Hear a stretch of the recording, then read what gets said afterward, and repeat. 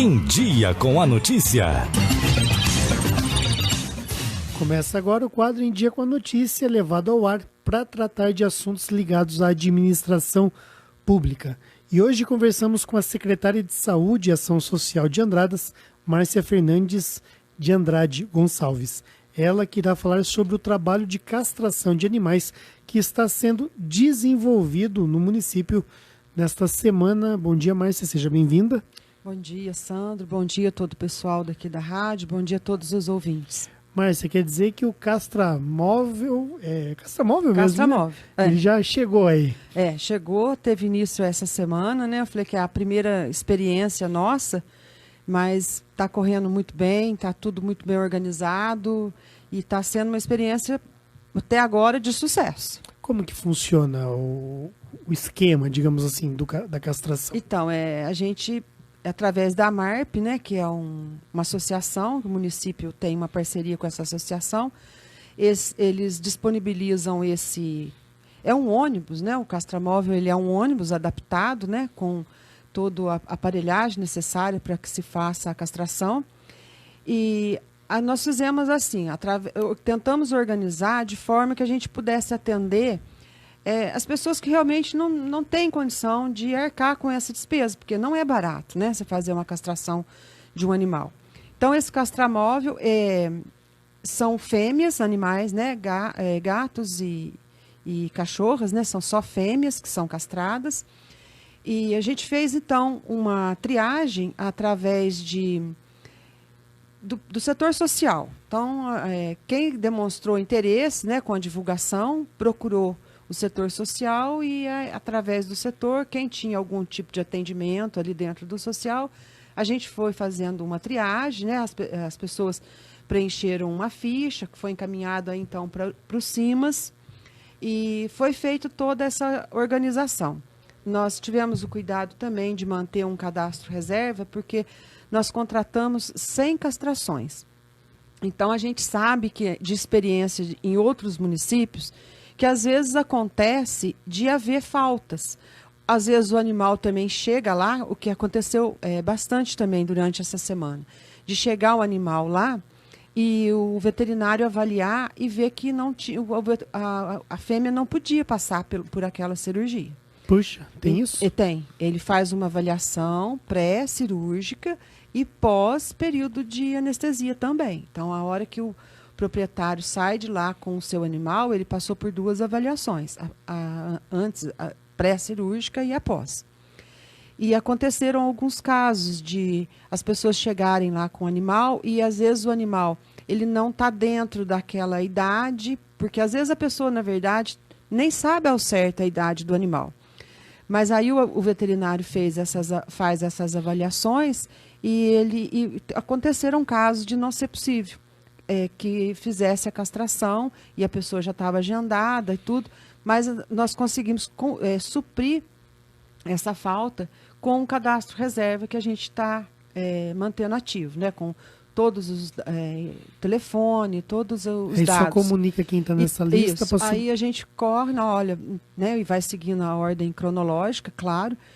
E, enfim, aí, desde o início da campanha também nós já divulgamos que o município não iria e não está se responsabilizando por ir buscar o animal na casa e nem levar o animal depois também da cirurgia. Então, desde o início, as pessoas tinham conhecimento e ciência dessa limitação, né? Então, a gente está lá ofertando a castração, mas o transporte é feito pelos proprietários dos animais. Mas existem pessoas que realmente dizem que fazem ali se cadastram e depois não levam o animal esperando a prefeitura buscar?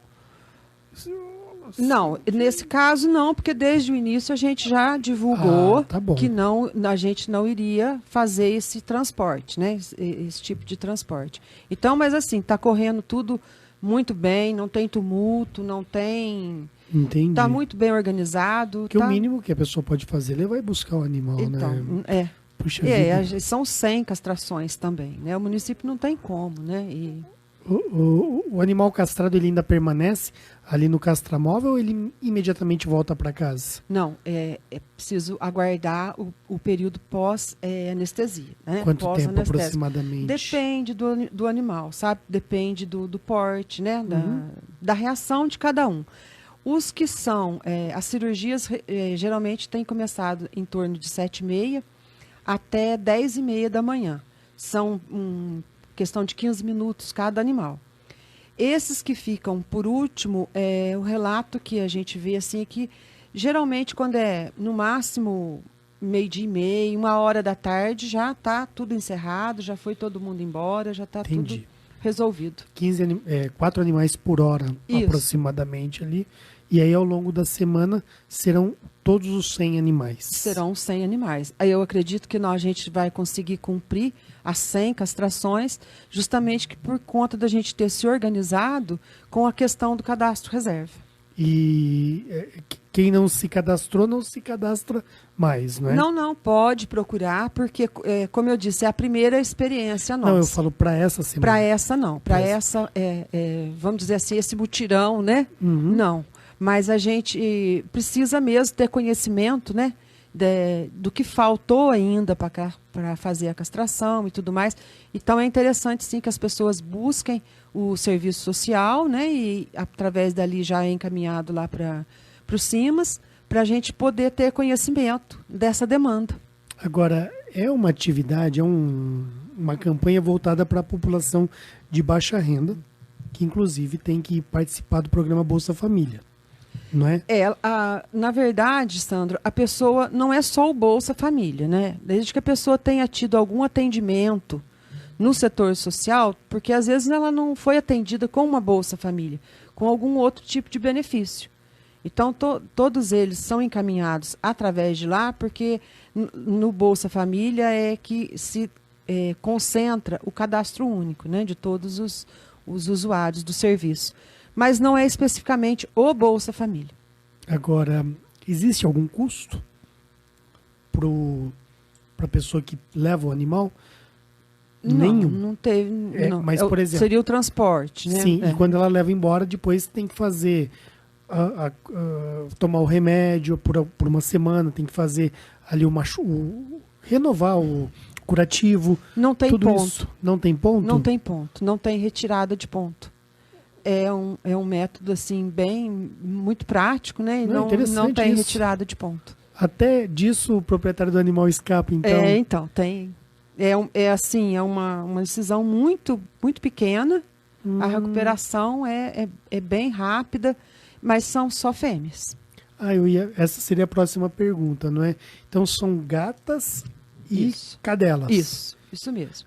São fêmeas. Algumas pessoas até questionaram por que não os cães e os gatos, né? Os machos. A questão da aparelhagem, né? Então, o castramóvel está aparelhado para cirurgia, para esse tipo de cirurgia em fêmeas, né? Então, equipamentos que seriam utilizados em cirurgia de machos seriam outros, né? Então, a questão da população canina de rua, né? O vira-lata que não tem dono, é uma questão de saúde pública, mas e por quê?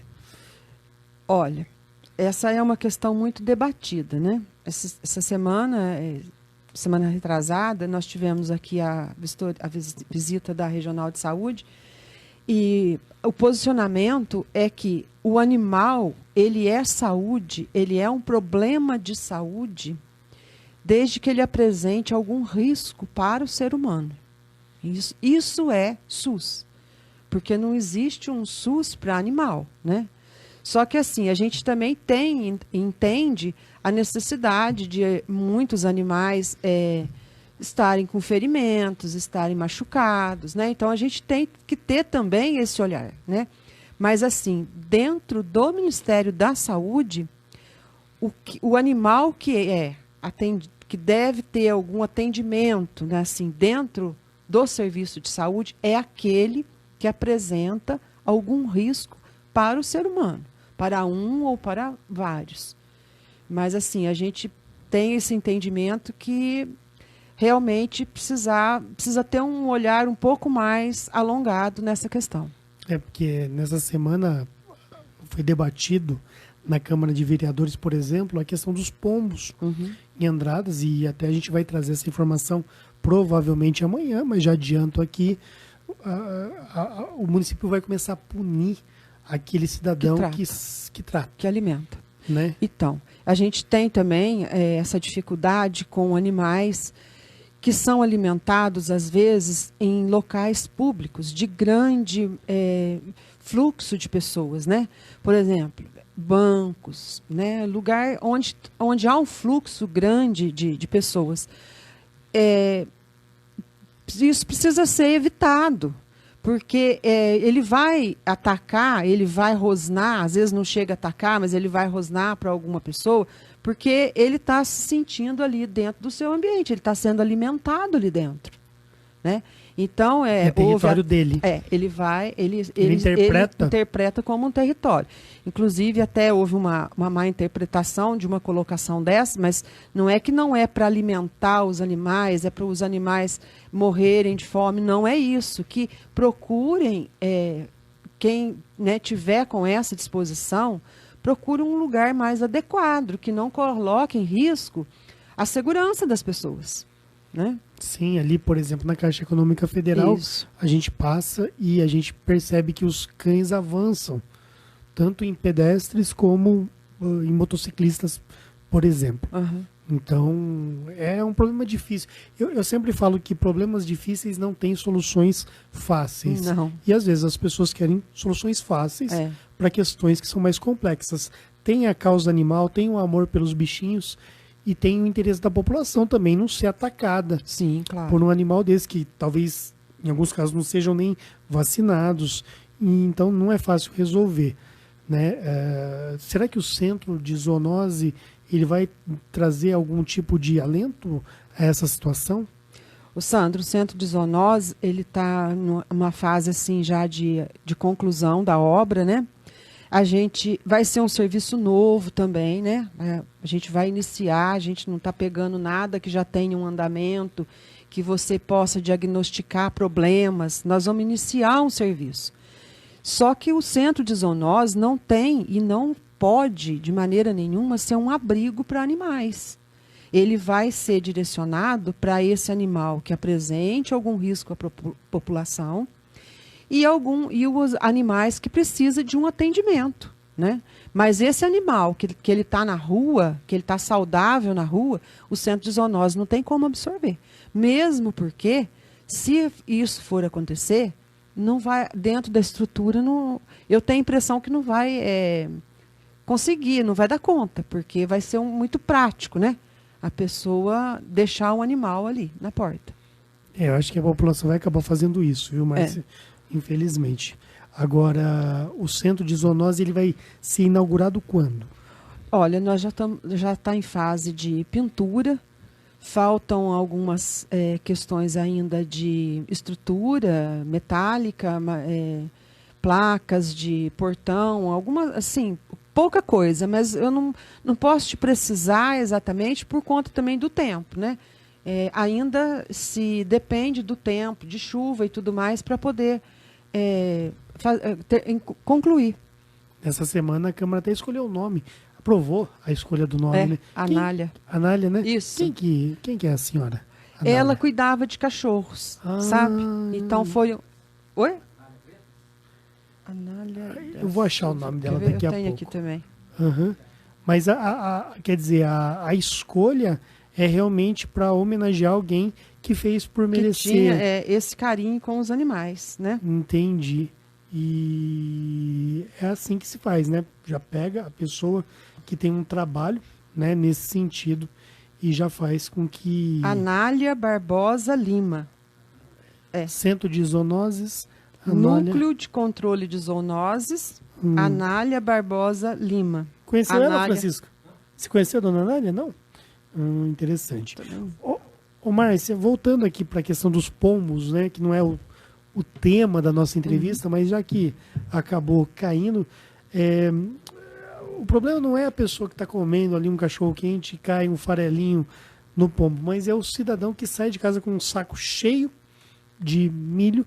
Em São Paulo, 2 homens acabaram de morrer por conta de problemas com pombos, né? É muito perigoso e são problemas assim que realmente, se a população precisa se conscientizar.